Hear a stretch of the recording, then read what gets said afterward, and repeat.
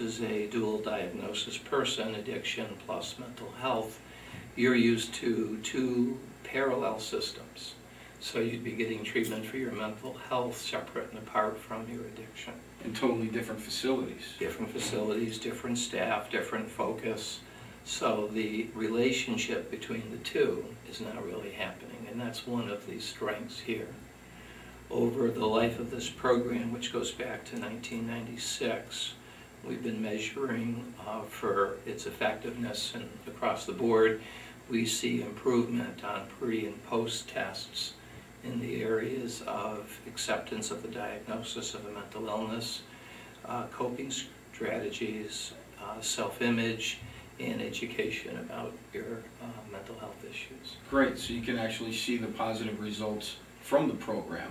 Almost immediately, and it's always striking when we meet our patients who talk about how amazing this is to deal with both at the same time. The one item that we've seen a reduction on is the acceptance piece. We have more people now coming to McPike expecting this level of treatment, and that's the difference from the past. In the past, when we first started, we were helping people discover they had a mental illness. Now they seem to know, and they bring with it their interplay that comes into it, basically using addiction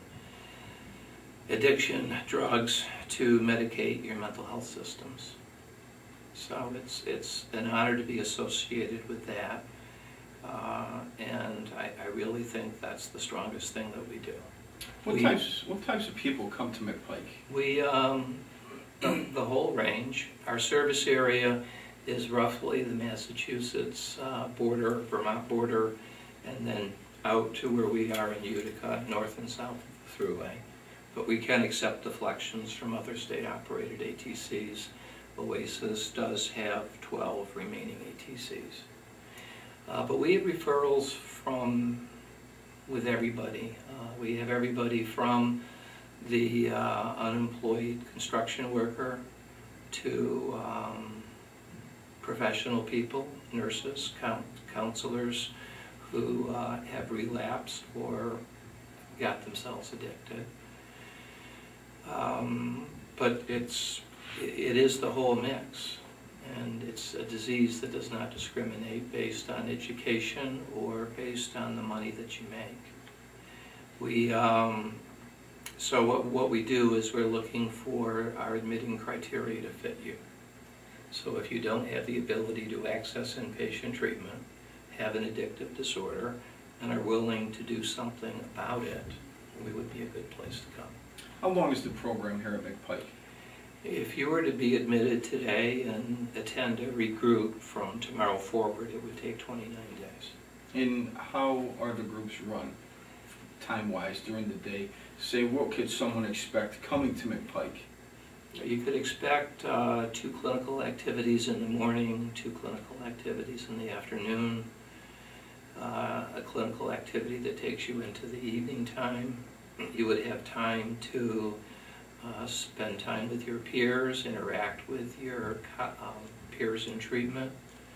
You would have time to explore your addiction with a counselor. You would have the chance to understand the dynamics of what goes on in your life that leads you to lapse and relapse. You'll get group counseling to help clarify, for instance, the defense mechanisms you have. You'll have large psychoeducational groups to learn about elements that relate to addiction. And you would be having individual counseling to go with it. So it's a pretty intense treatment. Yeah, as an inpatient rehab center, you would be looking for that kind of intensity so that you would come, get yourself immersed in it, and then be able to return home with the ability to make good decisions, to know what you need to do to maintain your state of recovery and how to advance it. So we are very connected to both referral sources that send patients to us, but also referral targets, so that we can be referring these clients there for continued care. How many people come through McPike on a year It's average? about 1,100 now, Wow. so the number has gone up. Lengths of stay are about what we had indicated, and we have some hurdles sometimes with placing people in halfway houses, so their stays are likely to be extended. If you're from, say, Albany County, Albany County is going to want you to return in your recovery to be in their halfway houses, so we work well with those facilities in that county to get you back home. Great. What do you think are some of the biggest barriers for some people to come into treatment? The biggest one is stigma. When you think of the word addict, when you think of the word alcoholic, I think of, you know, the person with the brown paper bag in the alley, or the junkie in an abandoned building with a needle sticking out of their arm, and or we a crack both know pipe. that, or a crack pipe, and we both know that that's not true. I mean, nowadays the alcoholic and the addict is a police officer, your next door neighbor, a teacher, a lawyer, your family, friends, and loved ones. However, what those people have not done is been to come out and indicate that they're a person in recovery. Why do you think that is? Because of the stigma, because of what people think when they hear the word alcoholic, when they hear the word addict. I think when you put the word recovering alcoholic in front of it, recovering addict, that sounds a little bit better. But I'm not really sure that society understands what it means to be a person in recovery. And I believe that the vast majority of people in recovery are there partly because of stigma, and if they're a member of 12-step groups, they're respecting their tradition of the anonymous nature of their program. How does that get other people to come out, though? Well, to my way of thinking, until the public begins to see that this is a disease that you can recover from and that you look not like that stereotyped image, that's where we have to go. And, I mean, you're disclosing on your TV show today that you were a patient at McPike. I mean, how special is this? Absolutely.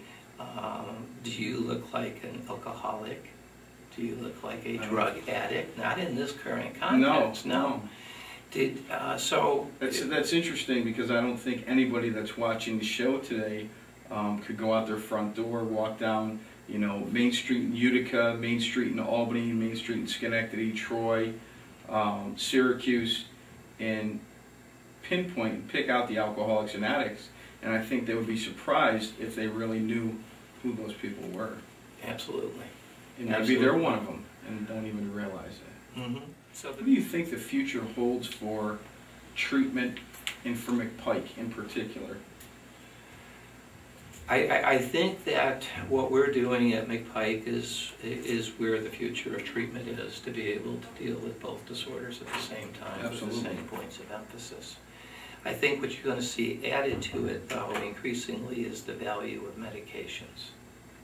And if you want to think in more of an avant-garde kind of way, might we see a vaccine that would protect people, say, from cocaine down the line? I don't know.